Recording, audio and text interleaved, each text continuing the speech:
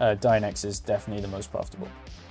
So I did make a video on it yesterday, so I was just messing about and I managed to mine Casper and Dynex at the same time. So what I was doing was making a Casper coin video, and I left the miner running in the background on both of the GPUs, and then I came back and I was making a Dynex video because I wanted to kind of jump into it, and I accidentally started them both up at the same time, and they both were submitting shares to pools, so I assumed that they were just dual mining.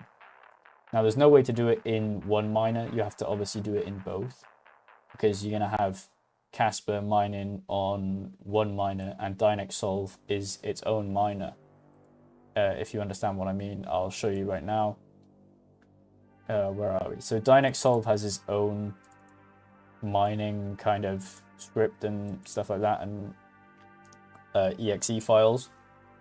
So you can't actually mine anything else like dual mining with it. And they haven't actually come out, like nobody's come out, and no mining program has come out and said that they're gonna, you know, cater to Dynex Solve right now. Probably because they don't know how it works either, and it's not really like any other algorithms, but I'm sure they could implement it if they wanted to. Anyway, so after I made this video, it was just kind of talking about Dynex and how, you know, there's some things going wrong with it, just like kind of off with it. I don't know what it was. It's just something about how it mines. You know, it tends to spike your power up and down real quickly. And I just feel like that can't be, I just feel like it can't be good for your GPU at all. Like, at least when you're mining, you've got a stable hash rate and a stable power and stable temperatures. They're going to fluctuate a little bit, but my power was going from, you know, 67% all the way down to 23%, back up to 78% in a matter of like a couple of seconds. And I was just thinking, this can't be good for my GPU. And I was talking about how it could probably burn out a couple of things in your GPU. And then we looked into how they explain how it works. And anyway, so they actually posted in their Discord, it was yesterday, or well, I guess it was yesterday, but they uploaded this video. They were saying how they are going to be coming out with a video to showcase proof of useful work. And then they ended up releasing this video. Now, I'm not going to play the music because, well, I'm not going to play the audio because basically none of it is spoken over. It's just all text. It's all text just basically telling us what this is about. So this is their showcase of proof of useful work. Now, I've got a couple problems with it. Let's solve a ferromagnetic phase transition problem. So they are going to solve this problem using GPUs or using their Dynex Solve program. And this is how they're showcasing the useful work, I suppose. So we just hit play. The area of SAT solving has been seen tremendous progress over the last years. Many problems that seem to be completely out of reach a decade ago can now be handled routinely. Besides, new algorithms are better refined implementation techniques turned out to be vital for this success. So SAT is just like a solving kind of competition. It's an organized event as a satellite event in the International Conference of Theory and Applications of Satisfiability Testing. Just like kind of how to solve problems. We'll first try to solve the problem with the winner of the 2021 SAT competition. So they've got this ferromagnetic problem that they were talking about at the start of the video, and the winner of the competition 2 years ago. This is how they solved or went about trying to solve the problem, is what I'm getting in my head. So the top 3 solvers are just there. They're going to run their program, I guess. And, you know, I don't actually know what's going on this computer screen. I can't understand it at all. So they're just going to fast forward it to when it does solve, I guess, or if it doesn't solve it. So stopping here, the winner of the SAT competition is not capable of solving such a problem within reasonable time. And I've already watched the video, so they're going to try it with Dynex Solve. We'll show now how one single miner will solve this computational problem. Okay, so just, you know, this is what happens when you load up Dynex Solve. Like basically this happens and it's gonna, you know, go into your GPU and CPU, basically whiz them up and then start mining on them. Now I would try to show you how to, how this is doing it, but I did just crash my GPU about 4 seconds ago on the live stream, so I don't really want to mess around with that of the GPU that's on the live stream rig right now. Now I have got an older GPU on there as well that I could plug in, but I don't want to really reset the stream. Personally, I don't think that that's the right way of saying it. That's no disrespect to them. Drive the change. Dynex Solve is the first mining algorithm which solves real-world computational problems. So that was their proof. Like that was their showcase of it. Now, to anyone that is kind of not in cryptocurrency mining at all, they're not going to have a clue what they even watched, firstly, which is kind of annoying. They didn't even like have anybody explain it like audio wise. Like there's just a random song in the background if I play it right now. Like I don't really know what this song is, but anyway, they could have added somebody explain it, which would have been nicer. And that's kind of what I asked in that video that I made previously on this one. I was like, can anyone from the team actually explain how it works? And then I got actually some, well, I got one comment say, I have a feeling the same, this smells weird, just stop mining that coin for a few days. I'm not against mining it at all, if for profits, but I am against, you know, them rug pulling it at some point, which has been done, you know, millions of times. And these people don't really care. Anyway, so that's my qualm with the video, is that most people aren't even going to understand it. Like me personally, I've been in the mining space for quite a while, but I don't really understand what they're showing me here. You've got to be, you know, in this kind of, I don't know, computer or program developer world to even understand it. And I don't really think that really showcases it to the normal person. Because if you wanted somebody to invest in your coin or to use your application of coin, you'd probably want to show them how it works first. And I don't really feel like that is showing you how it works, or at least explaining how it works. So this is a person on Twitter that got this screenshot from the Dynex Discord, and I am in it, but I can't be bothered to open up Discord right now whilst I'm on the live stream. So it just goes at the top here. Please, no, sorry, we're not looking at that. We're looking here. Hi there, founder. Is there any valid question for your recent AMA that was held on YouTube? Would you be kind to answer it, please? How does mining a cryptographic hash and sending the answer back to the network before another miner does solve formulas for folding proteins or complete computations for AI, or do anything else that matter? Proof of useful work needs to find solutions to algorithms that produce useful results once solved. If there isn't anyone paying for work to be done right now, then what are GPUs solving right now? Or if customers are currently paying to use the Dynex network, what problems are being worked on right now? So this is my problem with the fact that they are saying it's like completely proof of useful work, because it's not. You know, they actually have useful work, they have proof of work, and then it's like kind of like a side hustle is proof of useful work, if you understand what I mean. Flux kind of has that as well, where Flux is mainly proof of work, but they are going to have an option to be proof of useful work. Their network's not going to be 100% proof of useful work, because you need to have a lot of people, and I mentioned this in my video, you need to have a lot of people paying you for these services for you to actually be profitable to pay out the miners to get them to keep mining. Regardless, there'll still be some people mining no matter what, but most of mining comes from the incentive to make profit off, you know, these coins. But there will obviously be a network no matter what, because people enjoy helping out with these coins and keeping up the network.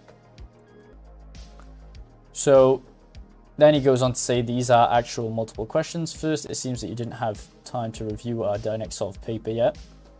There it is being described in detail how computations have been entangled with hash and block confirmations. So that they're talking about how you have proof of useful work and then you have proof of work, basically. So they're going to be mining no matter what, but when there is useful work that needs to be done on the network, they're going to switch it over. As Dynex is a utility to pay for computing power, it is necessary to maintain a blockchain, which naturally requires hashing for block confirmations. So the network does need to be up full time for this to be happening. Otherwise, it's not going to be like a true cryptocurrency. And it then goes on to say that has been reduced to the bare minimum so that miners spend most of the time on GPU work, which is solving problems, for example. Thank you for replying. I think it would be a good idea to reply to this comment on your AMA for YouTube. Do we have a date when we can fully reveal the team with all its members? So they haven't actually revealed the team or all the members, but you know, I can't make an argument against that realistically because Bitcoin's made by a person that nobody knows who it is. So it's kind of like the same thing. Like, even if you don't know who it is, you kind of have to look at Bitcoin and say, okay, it doesn't really matter who's doing it. It just matters what their intention is. But the team, I don't know what their intention is. And then the last comment was, second, it is also not correct that customers are not paying for computations right now. In fact, the current job has a 100,000 Dynex solving fee. The upcoming job is paying even higher. So they've already had a current job of 100,000 Dynex solving fee. So what I'm kind of thinking right now is that a company has purchased 100,000 Dynex and they've said, if you solve our problem or whatever, if you get to an answer on using your network, we'll give you 100,000 Dynex. That's kind of how proof of useful work works, I guess. This is one thing that I wanted to head into. How much is 100,000 Dynex? Because if it's not that much, then... Or is he saying $100,000? No, he's not. He's just saying 100,000 Dynex. Sorry, right, I'm on the wrong thing. Coin market cap. What is the price of this coin right now? 7 days. Surprisingly, it's gone down. This is probably because people are selling the coin. They're just coming around, I guess. 100,000. That is a lot of money. $9,000. Well, $9,500. And then he said that the upcoming job is even paid higher. So let's just say it's at 150,000. That'd be $15,000 or $14,000, which is still a lot of money. So these jobs could be going for, I don't know, $10,000, $15,000 per job, but I don't really know where the proof is for that.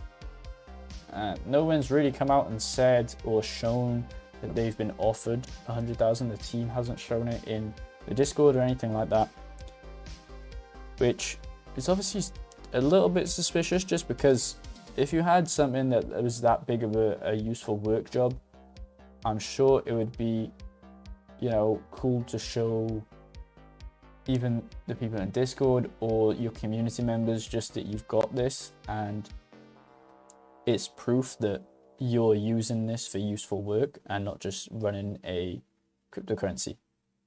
You know, because Dynex coin without the proof of useful work, what is it doing? You know, the whole point of the coin is to use these neuromorphic chips, in quotation marks, to solve these computations for useful work. So if they're not showing jobs of this useful work and they're not showing proof that they've been paid to do it, then they're just running a cryptocurrency for basically no reason. Okay, well, I think I've given my words on Dynex coin for now. We'll just have to see how it plays out.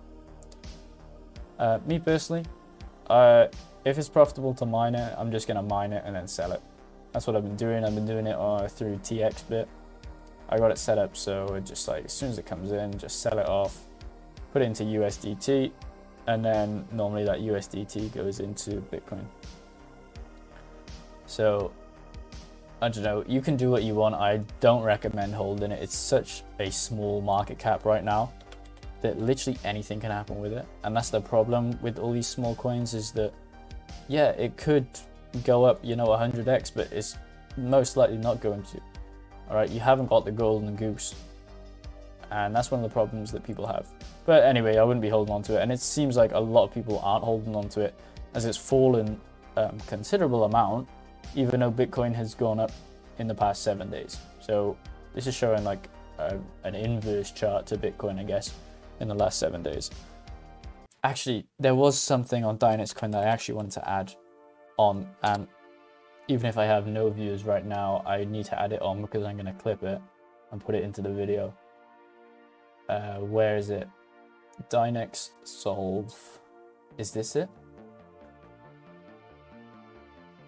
Or, okay, Dynex Solve paper. Now, this is one I'm getting, but I don't really play first person shooters. Don't worry about it. This is something that is really interesting, that is, I think, the reason that when you use Dynex Solve, or when you actually mine with Dynex Solve, this is why it's jumping your power limit. It's based on this ideal mem resistor. Is it just called mem resistor? Okay, it's an ideal mem resistor, which is an electrical component that limits or regulates the flow of electricity current in a circuit and remembers the amount of charge that has previously flowed through it. Mem resistors are important because they are non-volatile, meaning that they retain memory without power. Now, I haven't done too much research into this, but what if the reason that Dynex Solve is jumping your power gauge on, it's not a gauge, but your power on your GPUs is because they're using this mem resistor model, but the simulation is basically flowing current through the chip and then retaining the memory without the power. Notice how it says without the power, and that's gonna basically like dump the power out of your GPU. Now, I don't know if that is the truth, but I'm sure that it has something to do with it. Otherwise it wouldn't be in the white paper. But I used to see, so there are comments on here about power spikes. My cards are spiking from 30 to 37 to 100 to 119 and then back down frequently. I can recall this being a thing that happens on this algo, but always looking to verify. Also, when using AutoFan and Hive, they're all over the place between 40 and 95%. Well, that's kind of obvious because, you know, as your power is going up and down, the temperature is going to go up and down as well, so your fans are going to be kicking on and kicking off. Yes, many seeing this. Set manual fan speed based upon thermal conditions. That's kind of what I was talking about. Thought so. Set manual fans. The wattage going up and down is normal, but your 3060s are using a lot more power than mine. Mine goes between 20 watts idle to 74 on load. You might want to check your settings. So other people are verifying that this is spiking your, but I don't get how this is not hurting your GPU by doing that. Nobody's really explained it to me, and I've never found out.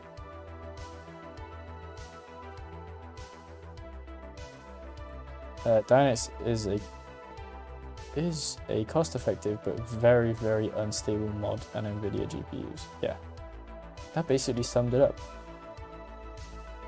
That is Dynex Coin. It's very cost-effective, very profitable, but very unstable mod on NVIDIA GPUs. I'm gonna end the video with that part when I cut this up into my video tomorrow. That's gonna be the end part.